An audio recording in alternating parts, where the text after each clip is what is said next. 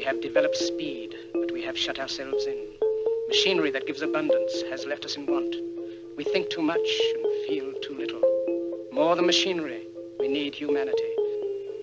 We know the air is unfit to breathe and our food is unfit to eat. As if that's the way it's supposed to be. We know things are bad, worse than bad.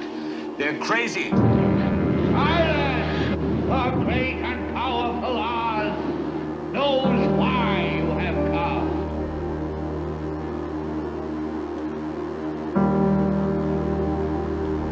You've got to say, I'm a human being. God damn it! My life has value. You have meddled with the primal forces of nature. Don't give yourselves to brutes. Men who despise you, enslave you, who regiment your lives, tell you what to do, what to think, or what to feel, who drill you, diet you, treat you like cattle, use you as cannon fodder. Don't give yourselves to these unnatural men with machine minds and machine hearts.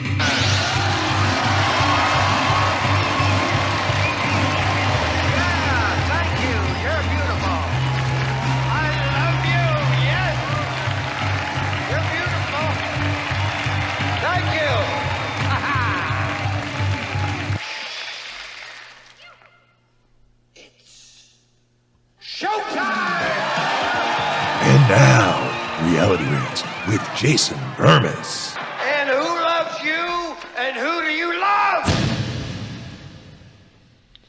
Good morning, everybody. I am Jason Bermas. This is Reality Rants with Red Voice Media, and I truly do love all of you out there. Today, we are going to look to a better day, a better tomorrow, a brighter future, a more positive outlook, because that's the spin that we're getting via the Davos crowd. We played Klaus Nuttschwab's basically his latest hello Davos, and I love how everybody starts out with Your Majesty's esteemed. They should call them dictators or puppets, right? But esteemed emissaries, all of these people. But we're gonna have the will of humanity, a bright future, a positive outlook as we transition.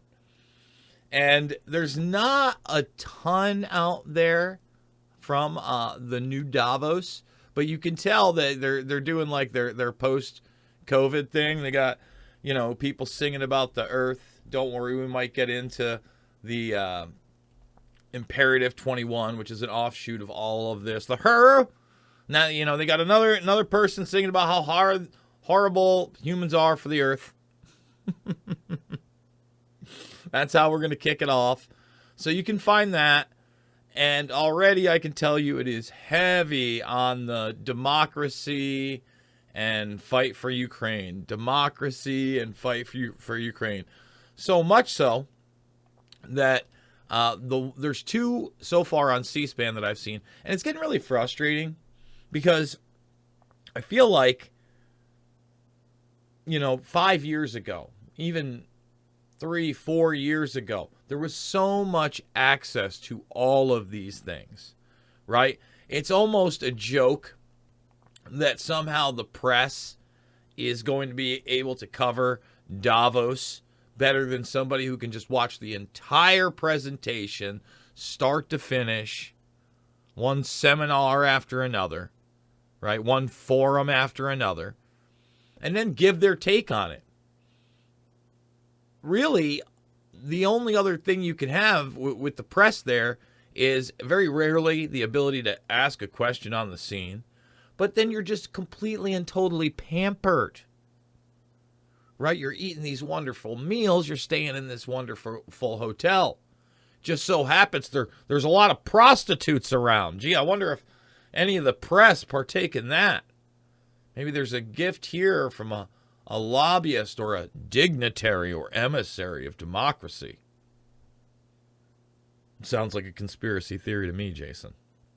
So basically, the forum that they want you to see is not only the European leaders on defending Europe at the World Economic Forum, so all Russia bad, Putin bad, unprovoked, and then Ukrainian First Lady Olena Zelenska addresses the World Economic Forum. And there's a horrible story about a helicopter crash and possible sabotage. We're in a war right now. Me and you. Now, globally, fifth generation warfare has taken place. And this is not a nation state thing. This is a global architecture, of which the World Economic Forum is integral, because it is the outward mouthpiece for this, and it is the in-your-face, not only coordination of the plan, but the celebration of it as well. The ultimate in the gaslighting, that somehow all these people are legitimate, their ideas are legitimate, and like we played you yesterday, they're here to save the world. They're a select group of human beings that are almost like extraterrestrials, according to John Skull and Bones Kerry. Again, somebody who absolutely 100% runs way more of what's going on in the country and the world than our poopy pants puppet. And that kind of segues me on where I want to start today, and that is the gaslighting that somehow Joe Biden is running anything at all. I'm dead serious. Is he run nothing? From the inception of this guy's administration, he's not even really good at making it look like he runs something. Okay? Let's be 100% honest with ourselves. Let's look in the mirror. And yet, we all have to believe, according to the authoritative sources and the powers that be and the intel community that's been so honest with us and done so many good things over the years, that Joe Biden is the 81 million vote a man. Got to believe it. If you don't believe it, somehow, you have a mental illness. You have to believe that the Trump derangement syndrome was so heavy that it overcame stadiums and military bases full of people that couldn't wait to hear that man speak. Had to overcome the vast amount of red hats and MAGA gear and bumper stickers all across the country. And joke shirts, memes. You had to believe it. You had to believe, despite the fact that Joe Biden couldn't speak, okay, was already clearly having signs of dementia, clearly, that was the guy. Just like you had to believe that it was okay to get rid of Andrew Cuomo for some grab-ass scandal, but nothing really happened in the nursing homes. You just got to believe all these lies. And now it does seem like they're getting rid of Joe Biden. They've got their out. They've got their Watergate-style limited hangout, nothing burger, classified documents, bullshiz to get him out. To move him out in an orderly fashion so they can reorganize and figure out how they're going to maneuver the chessboard with their puppets. Okay. But in a stark and vast reminder that Joe Biden does not know where he is most of the time and has no idea what's going on, here he is forgetting Coretta Scott King's name as he can't wait to sing Happy Birthday. See, he's at that phase, that old uncle or grandpa phase. Like, if anybody's seen this, come from a big family, someone in your family as they age, they have a go-to, right? They have a go-to. And Joe loves Happy Birthday. Joe can remember Happy Birthday. He can sing you Happy Birthday. And when you see this, it's hard to watch. It's sad. I'm not happy this is going on. But it shows you again that this guy wouldn't be fit to really hold a day job. Not that he's ever held a day job outside of politics and being, crooked. He hasn't. All right. He's been an envoy of corruption really for decades. It's remarkable. And this is his last gig as the President of the United States, where he likes to sing happy birthday, but then he can't remember who he's singing it to or why he's even there. That's the utter reality of where we are in a post-truth world. You've been a good friend for a long time. It's an honor to spend King Holiday with the National Action Network and with the King family, Martin and family. And understand, Martin III, we celebrate a legacy of your beloved father and mother. They work for the beloved community. But congratulations today, the honorees, including your wife, who I understand is a birthday today? Well, look, my wife has a rule in her family. When somebody's birthday, you sing happy birthday. You ready? Happy birthday to you. Look how excited he is. He's like, it's my big moment. I'm singing happy birthday. Happy birthday to you. Happy birthday, dear Valen. Happy birthday to you. He's like, I got the end right. Yeah, man, I forgot the name, but that's all right. Everybody forgives Uncle Joe. Everybody, I'm the president.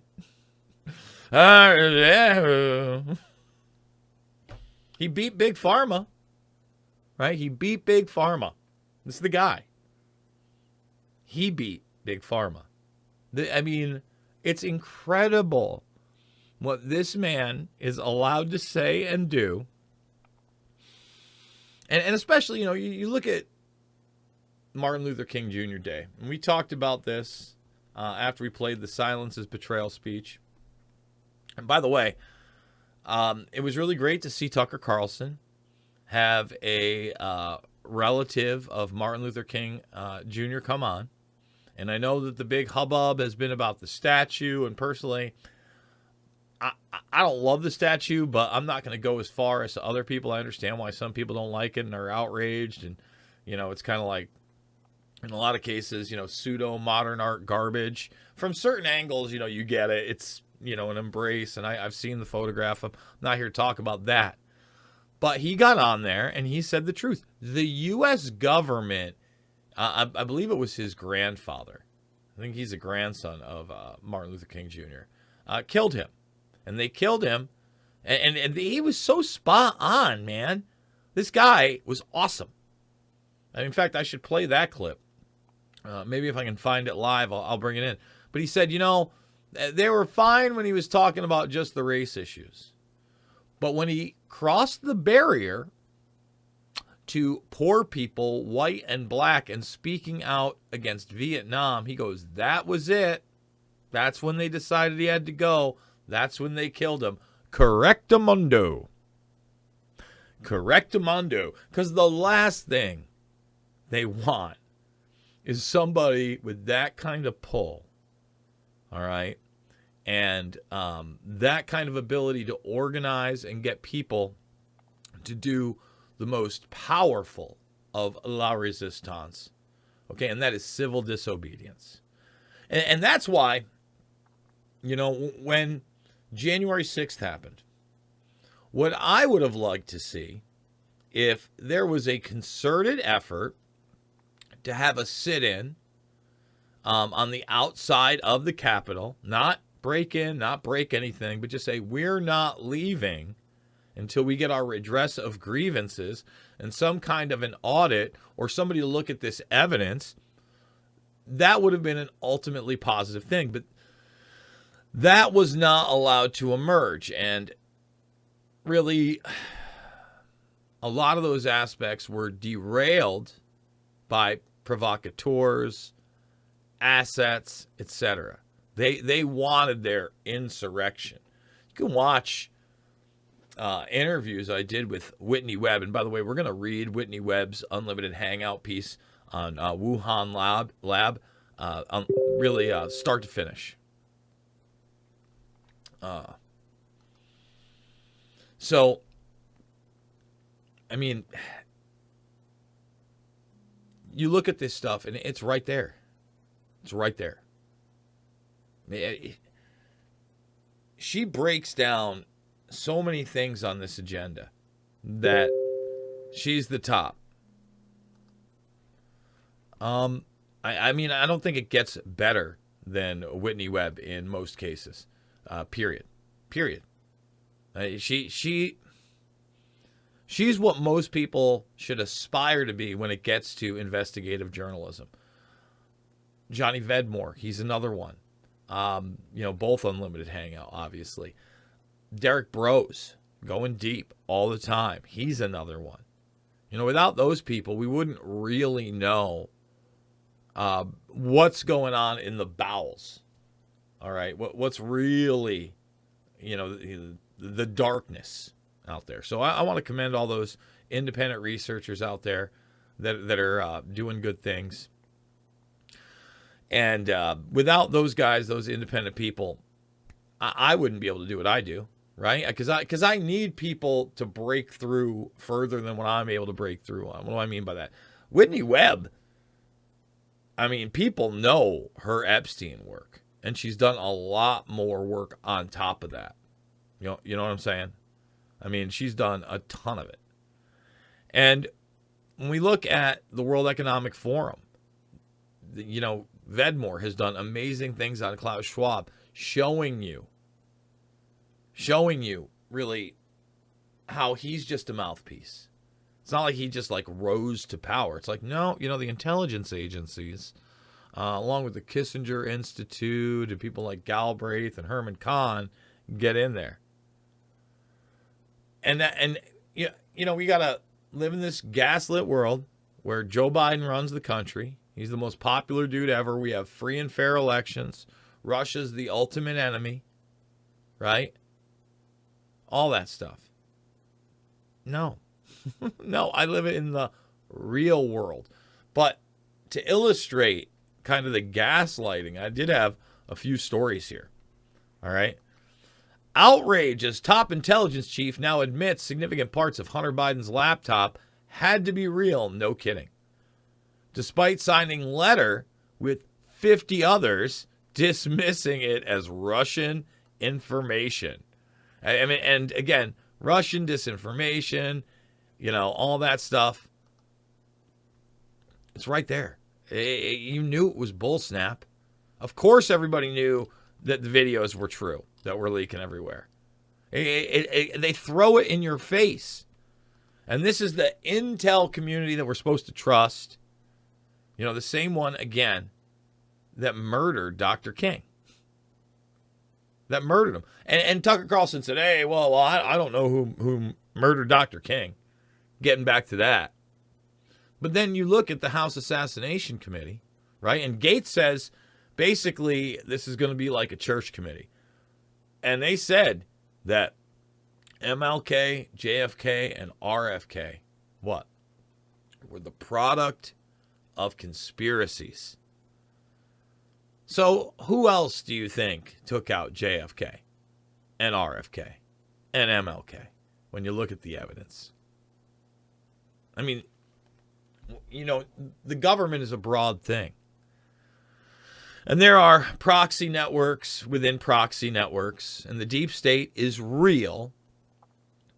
But the bottom line is they don't want us coming together, okay, and saying it doesn't matter what religion you are.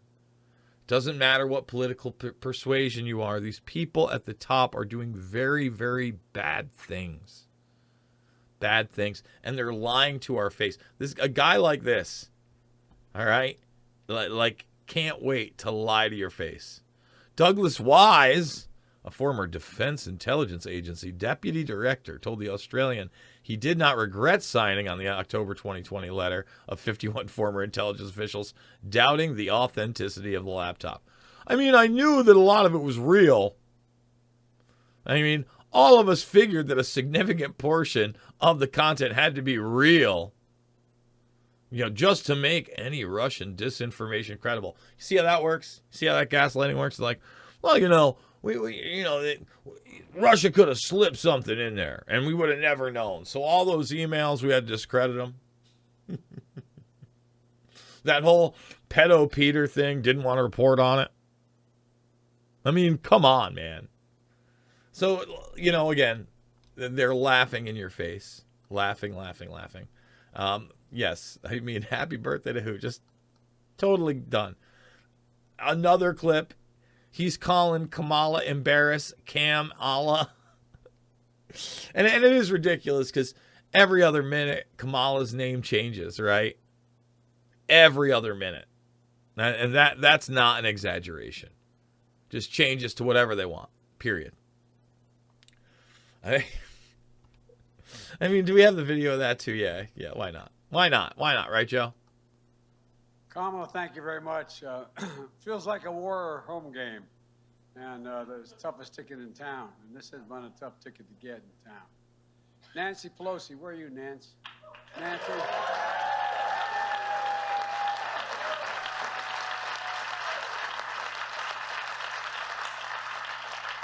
Greatest speaker in our history, and this is their home court right here. Folks, it's so wonderful to be here. Paul, good to see you, Paul. Where is everybody? Oh, yeah.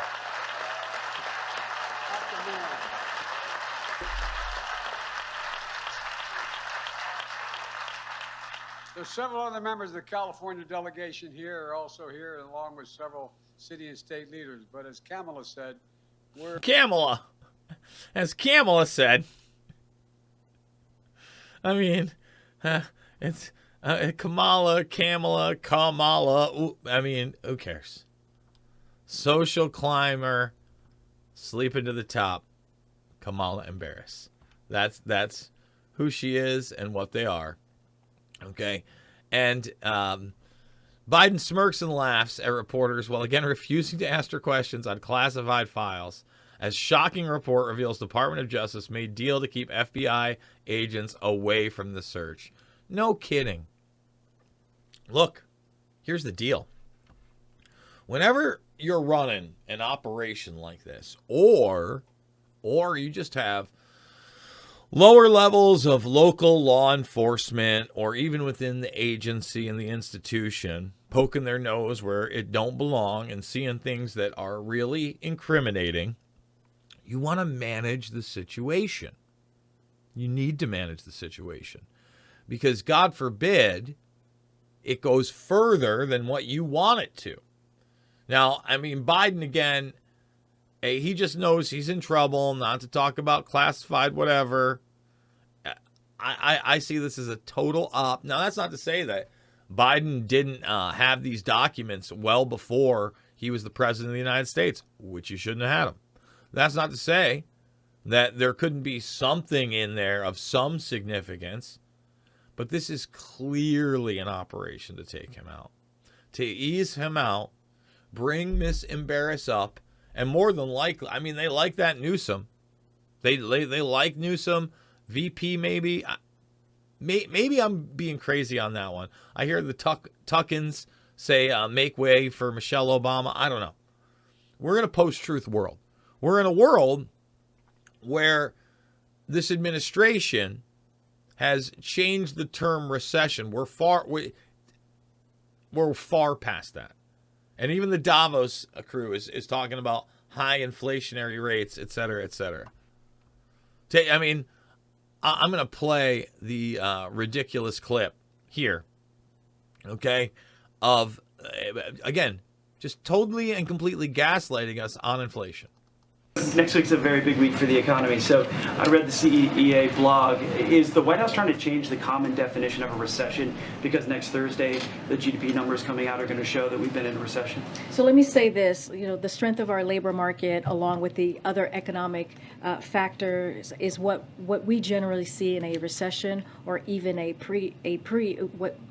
is not what we generally see in a recession or even a pre-recession, because we're seeing the strength of the economy and the labor market. So that's really important to note there, because those are key elements as we talk about that, as folks keep asking us about that. So Americans across the country are back to work at a historic level. 21 states, the most in history, have unemployment rates at or below 3%. That is an important number to note. 14 states are now at their lowest unemployment rates since this series began in 1976. And last month, the unemployment rate was a new low in 8 states. So again, the strength of our labor market, along with the economic indicators, is not what we generally see as we talk about recession or even pre-recession. The growth of the job for the 3 months trend, the growth of job growth in the U.S. is shrinking, is decreasing, and 7.5 million people, a growing number, are multi-jobs, meaning they have to work more than one job to afford a living. So is jobs really a good indicator there? Look, here's what I would say. We've always talked about the strength of our economy. We've always talked about how historic it's been, and we've always talked about the transitioning, right? The transitioning to more stable and steady growth. And so to your point about the job growth there, this is what we have been kind of stating for the past several months. Look, the economy created 1.1 million jobs in the second quarter. And around 375 jobs per month. Those are historic numbers.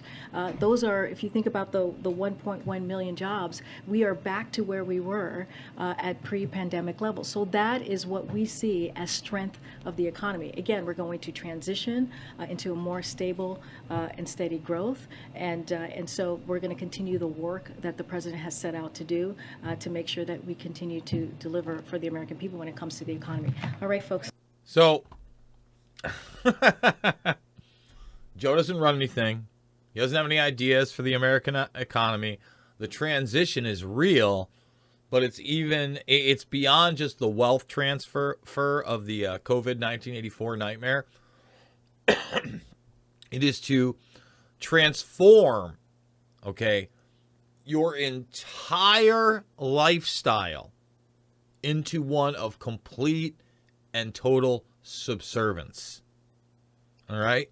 Not just in a track, trace, database, internet of things, run society with a social credit score, but one in which they get under your skin in the internet of bodies as well, and take it to the next level of not just the social credit score, which they will impose, but the extra level of your carbon allotment, the carbon credit system. See, they'll put layers of it on there, as part of your social credit score in the beginning, but ultimately they will use your biology against you.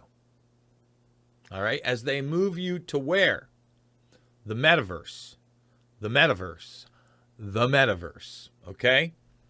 And that's why right now I want to transition into some of the Davos stories. I want to let everybody know and remember, lots of prostitutes over in Davos. Again, we're important. We own people. We buy things. People are objects to us. And look, I'm not going to get into the sex worker debate and the legalized prostitution debate, et cetera, et cetera. But you have to understand, when you have a certain wealth, or you look at the Hollywood culture, and people often talk about celebrities collecting people. They collect this is my guy for this, and this is my guy for that. And it's not really about the relationship with the other human being. It's what can I get from this person? Right? How can they help me? How is this transactionally beneficial? And in the case of prostitutes, there can be a lot of transactional benefits for the predator class and their minions, right? Like I said, a lot of journalists there, the pay-to-play journalists, the establishment journalists, the great narrative journalists. But maybe you want a certain point to really be hammered home, or you want a series to be written up about a certain initiative or topic or agenda. Boy,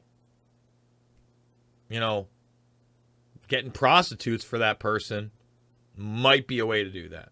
Might be the transactional thing to do. Just pointing it out.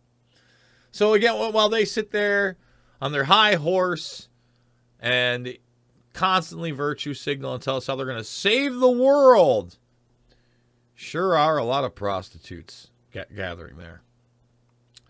Davos organizers say Elon Musk was never invited to annual meeting of the global elite after the Tesla chief claimed he turned them down because it sounded boring as F.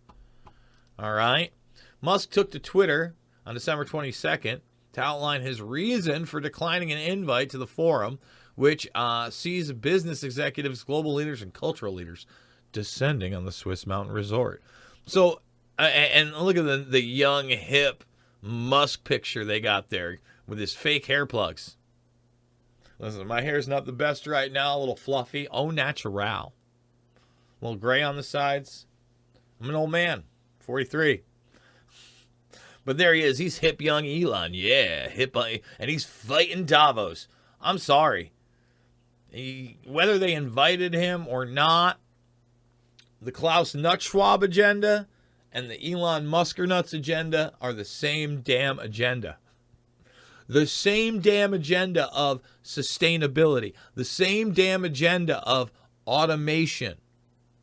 The same damn agenda of human brain interfaces and transhumanism. The same damn agenda of AI. The same damn agenda of carbon as a economic mechanism, right? And sustainability via your $15,000 Tesla pod box. Okay? Same damn agenda. But he's the hero. We never invited Elon. They invited me. We never invited Elon. They invited me. I mean, come on. Give me a break here, guys. We're grown-ups. And because we're grown-ups, and there's not a whole lot out there. Again, there's 3 things I've seen. We got The Rock Show. Yeah, we're rocking.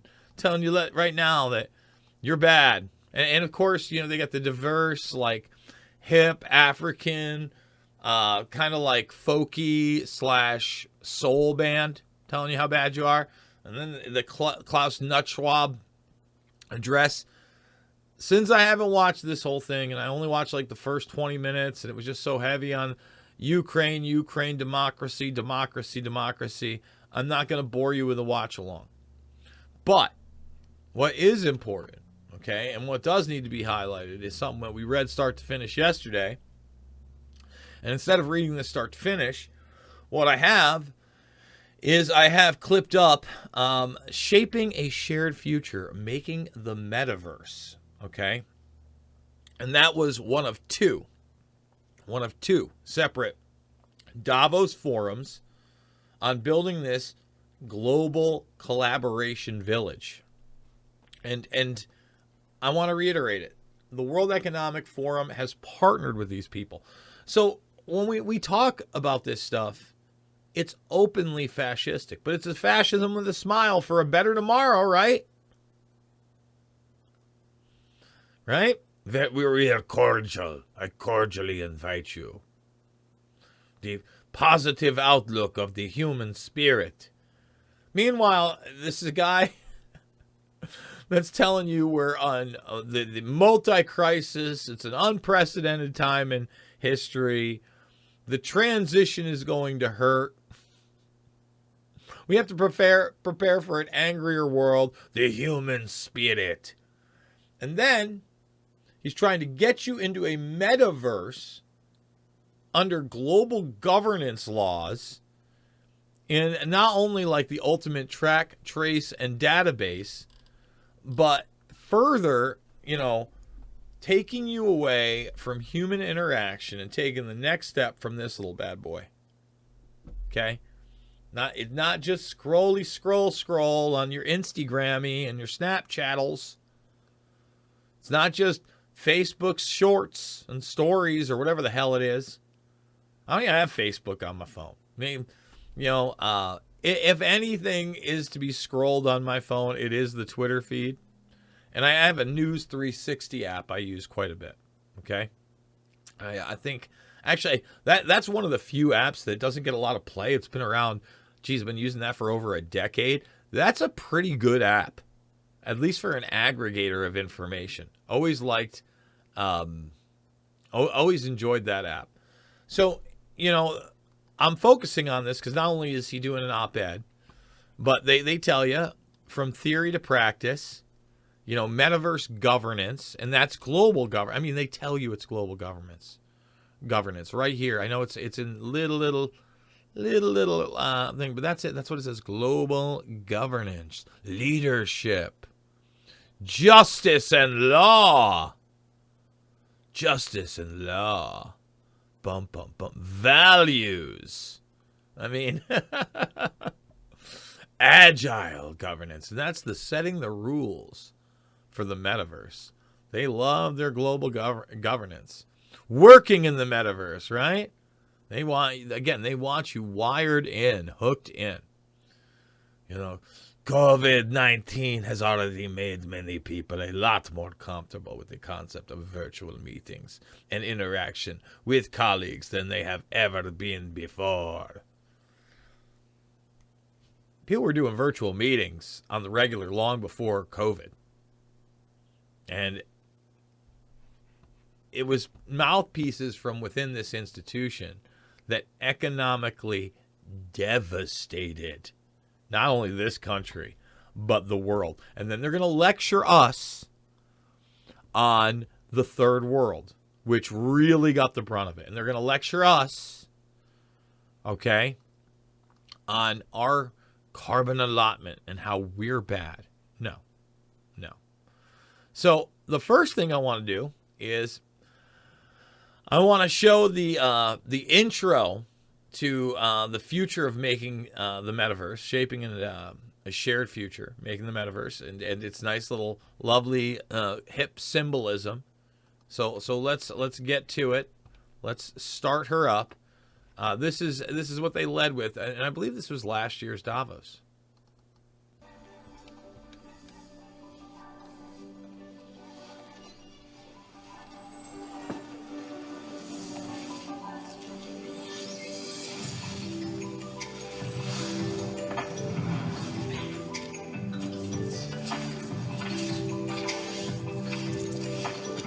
And those are all the great thought leaders and global leaders, right? The guy from the Black Eyed Peas. And that's also part of their hip agenda to make it younger, right? The Davos Daily. We've played those videos before, et cetera, et cetera. And you got to love it. You're a star. You're a star, and we're open to debate. You can say what you want. They don't want a real debate. Again, garbage in, garbage out. Who programs the AI? Okay, who are the moderators? Who are the censors? And that's one of the big problems with Facebook. And that's one of the big problems with Instagram. And that's one of the big problems still with Twitter, right, Mr. Musk? You still got your FBI, your CIA, and your NSA former employees at high levels within that operation. Weird.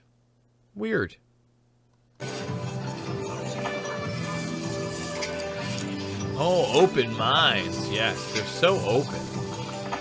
Windmills, Bitcoin, NFTs, and pyramids. We are open to all. We're open to share, connect, exchange, debate.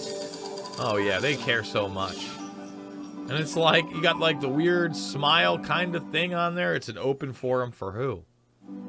For me? Is it really? Doesn't feel like it is an open forum. So again, socializing, mobility, and collaboration. Oh, the metaverse. Yes, you can do so much, but you can shop there too. That's a big deal inside the metaverse. The rise of a metaverse economy will, with completely new enterprises and work roles, is emerging. You gotta love that nice, huge eyeball. I love big eyeballs, don't you?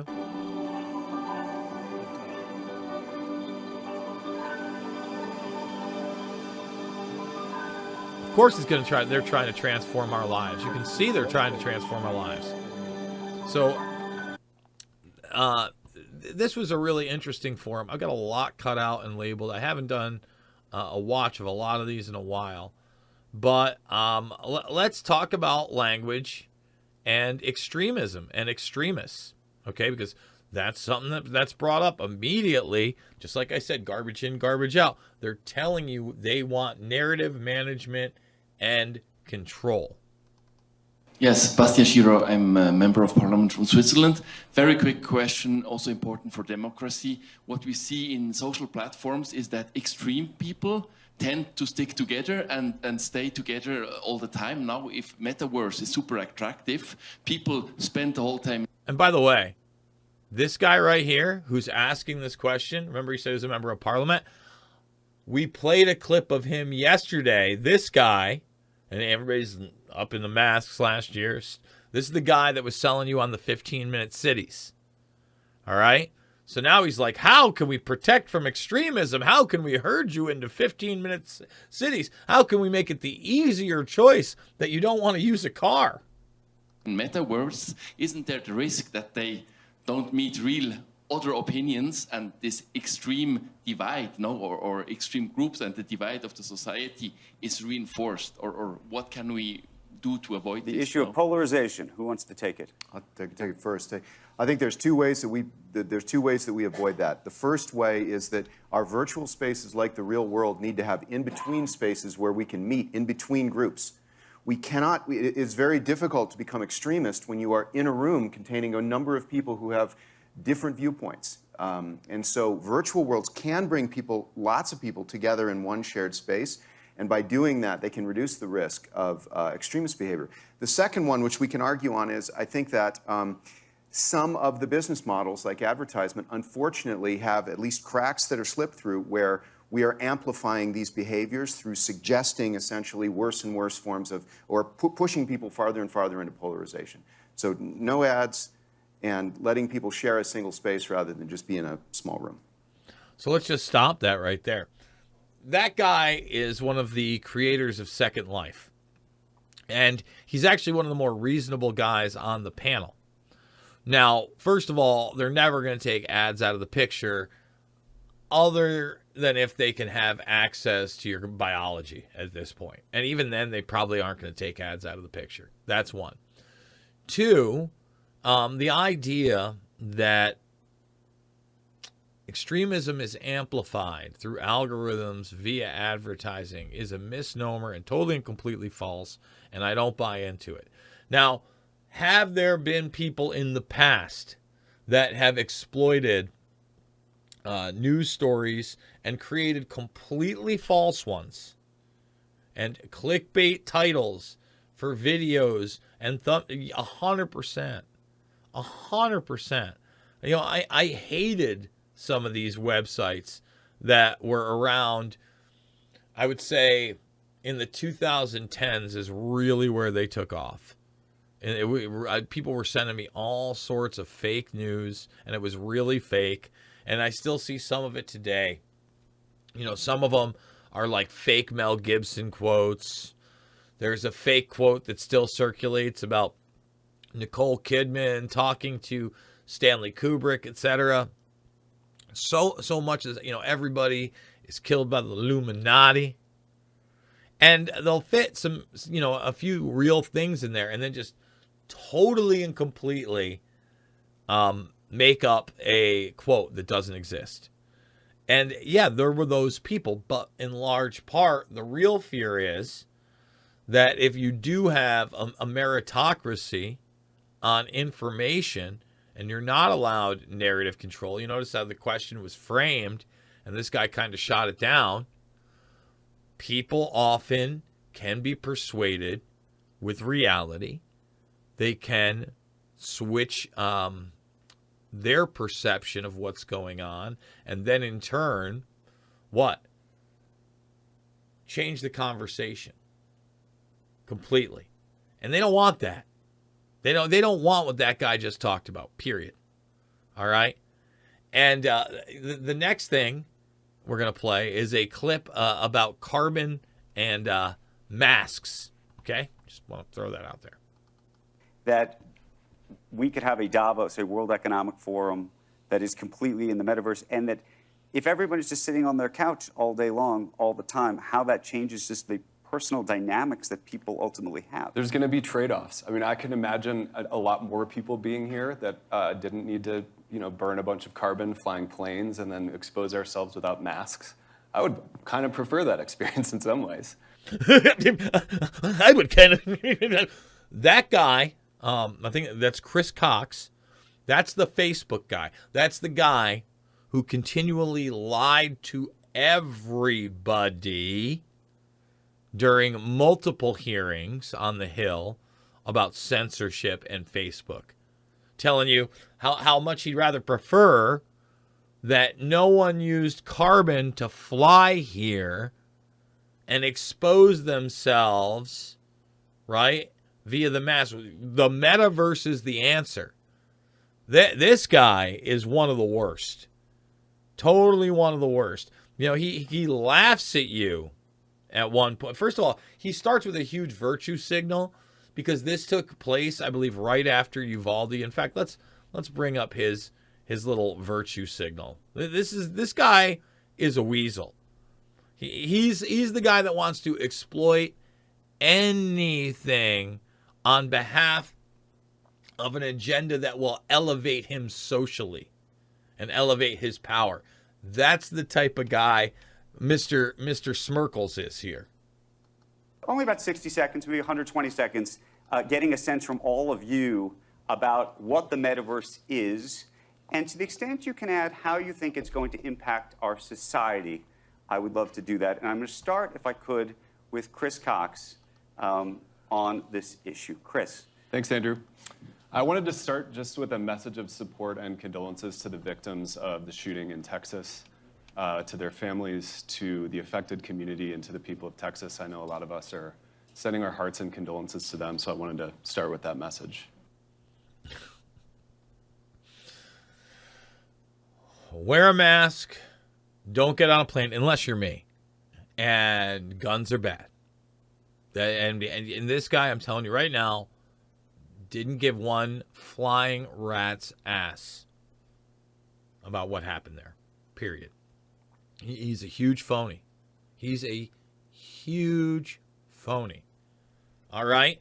And the next clip that I want people to understand is you're not going to own your own info. That's it.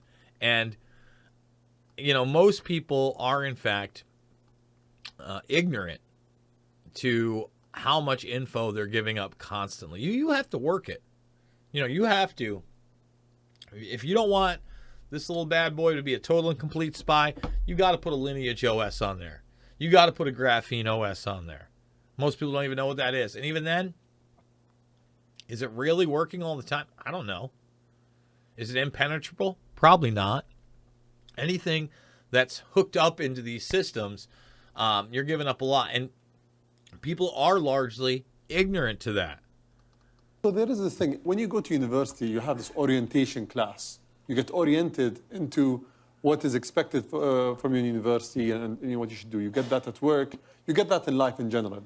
You don't get that when you use the internet. So most people are ignorant to what the trade-off is. And that's why we have these problems of, I did not know that I'm giving this much information and this is how it's going to be used against me to monetize, right? There needs to be a way for us to orient people on what it means first to go to the digital world, not even the metaverse, what it means to use the internet. And this should be something that is in basic education in every single school in the world. Never happened. Never happened. I believe that's the UAE representative. And it's just like the Second Life guy. He's offering a viable, and not a solution, but at least a pathway to an educated populace that might take a step back. And because they might take a step back, it's not part of the great narrative. It won't happen, period. Because you need to understand that, okay, you can manage your cookies. You can remove certain things that you don't get targeted. There are ways for you to actually pay and get that service, if there is, if that becomes a business model. And then it becomes the person's choice. If the person says, I actually like it the way that it is right now, I'll go for it for free, and they can monetize everything from me, then it's a personal choice. Today, people do not have the right for information. They do not understand what is happening and how they're playing a role. They don't have, in many countries, maybe in Europe they do, but and probably in the UAE, the right of access, to access their data and to understand what is being collected, and the right to be forgotten, these rights in that way. This needs to happen today for the digital world first, and then get implemented into the metaverse. Right. Only about 60 seconds, maybe 120 seconds, getting a sense from all of you about what the metaverse is. Oh, sorry, that skipped back through to another one right there. Sorry about that, guys. But again, you aren't going to own your own info. I can promise you that. That's not a reality. Is there a way to do it where the user owns their own data? I mean, one of the sort of benefits of Web3, some of the blockchain things that we've talked about that may exist in terms of layering on top of this, there's this idea that maybe you could own your own data and even maybe sell it to maybe a Meta or to other. I mean, how do you see that? So did you see like his little like look at his face. This guy's like the worst guy on the panel. Not a fan of Chris Cox. Ready? Your own data and even maybe sell it to maybe a Meta or. I mean, he can't help himself. He's like, yeah, they're going to be able to sell it. You're going to be able to own your. No. To other. I mean, how do you see that? So first, the user should control their data.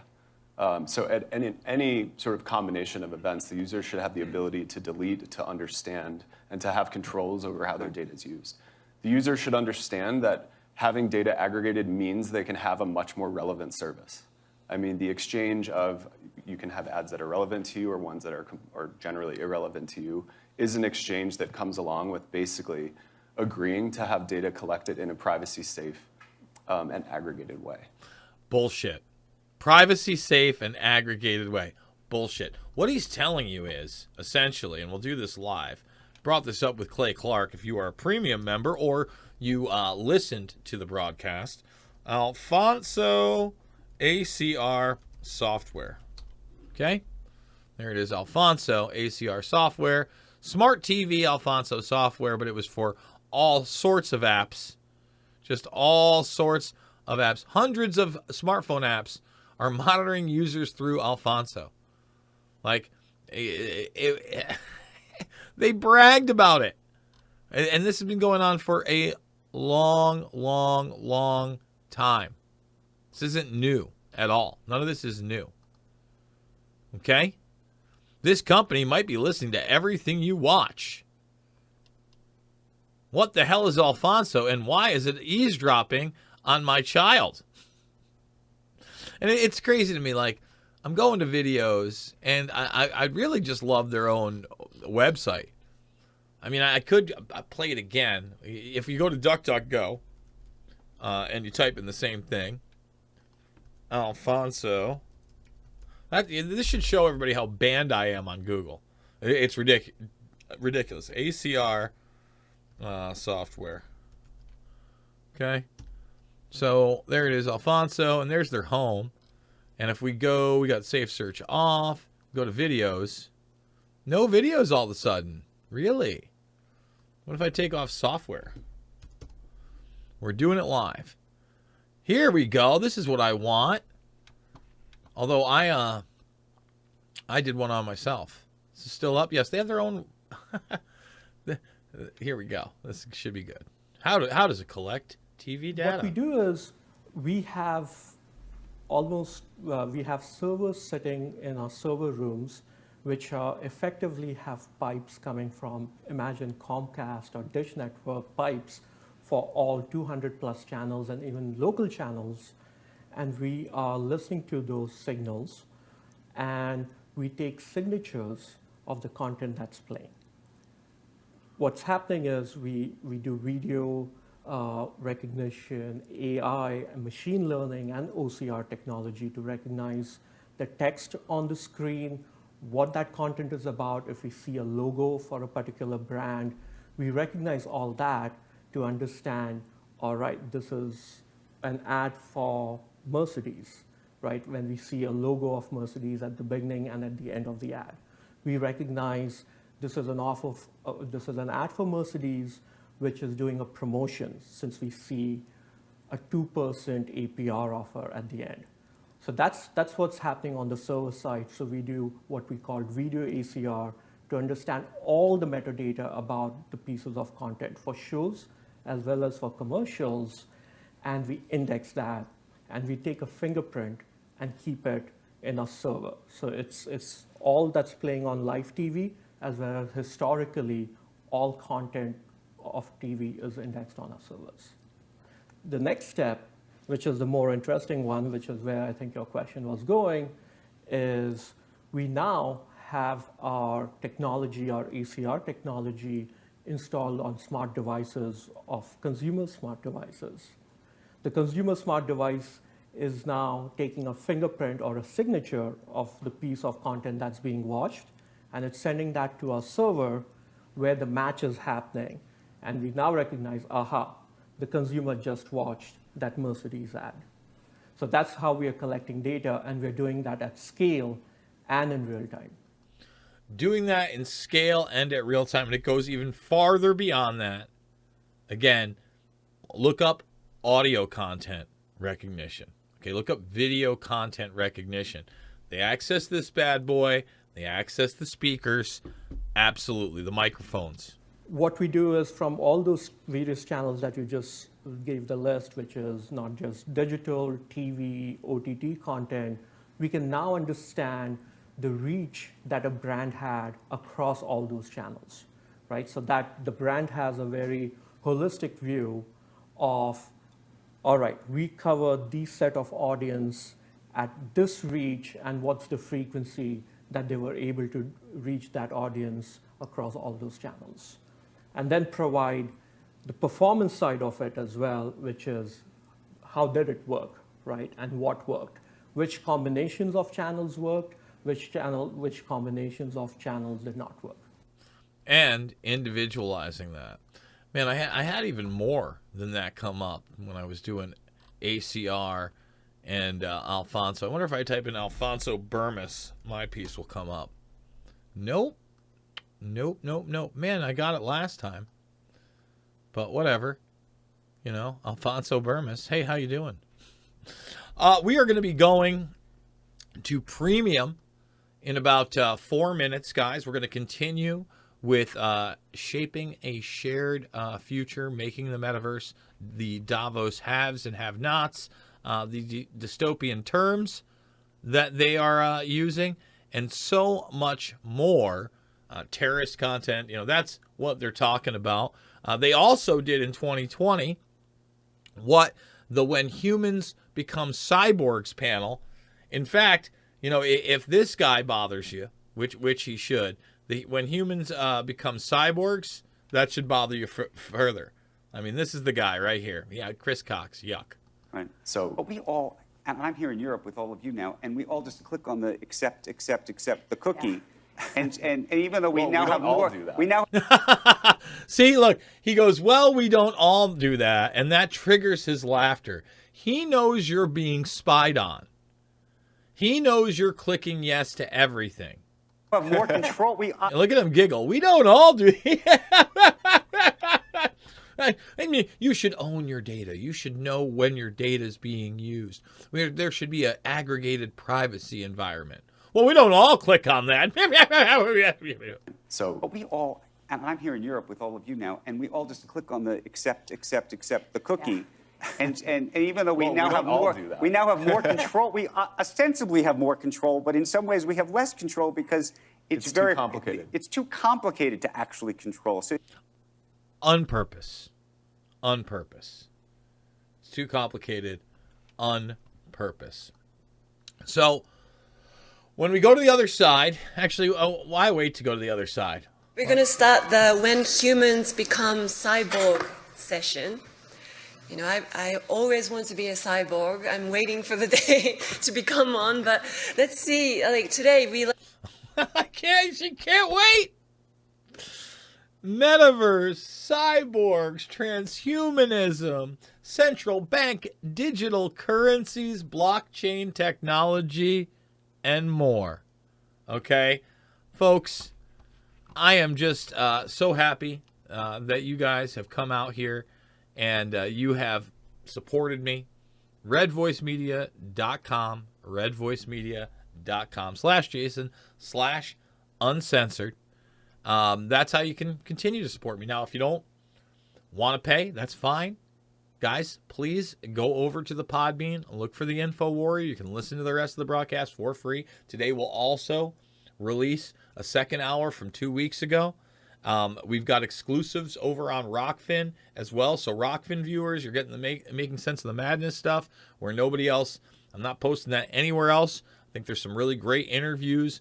Sasha Latipova, great stuff. So this is where I'm going to signal to the producer as we leave these platforms one at a time. We're going to come back on the other side with more Davos and DARPA's man in Wuhan. Okay, an unlimited hangout, amazing piece. So Rockfin, I love you. We'll see you on the flip.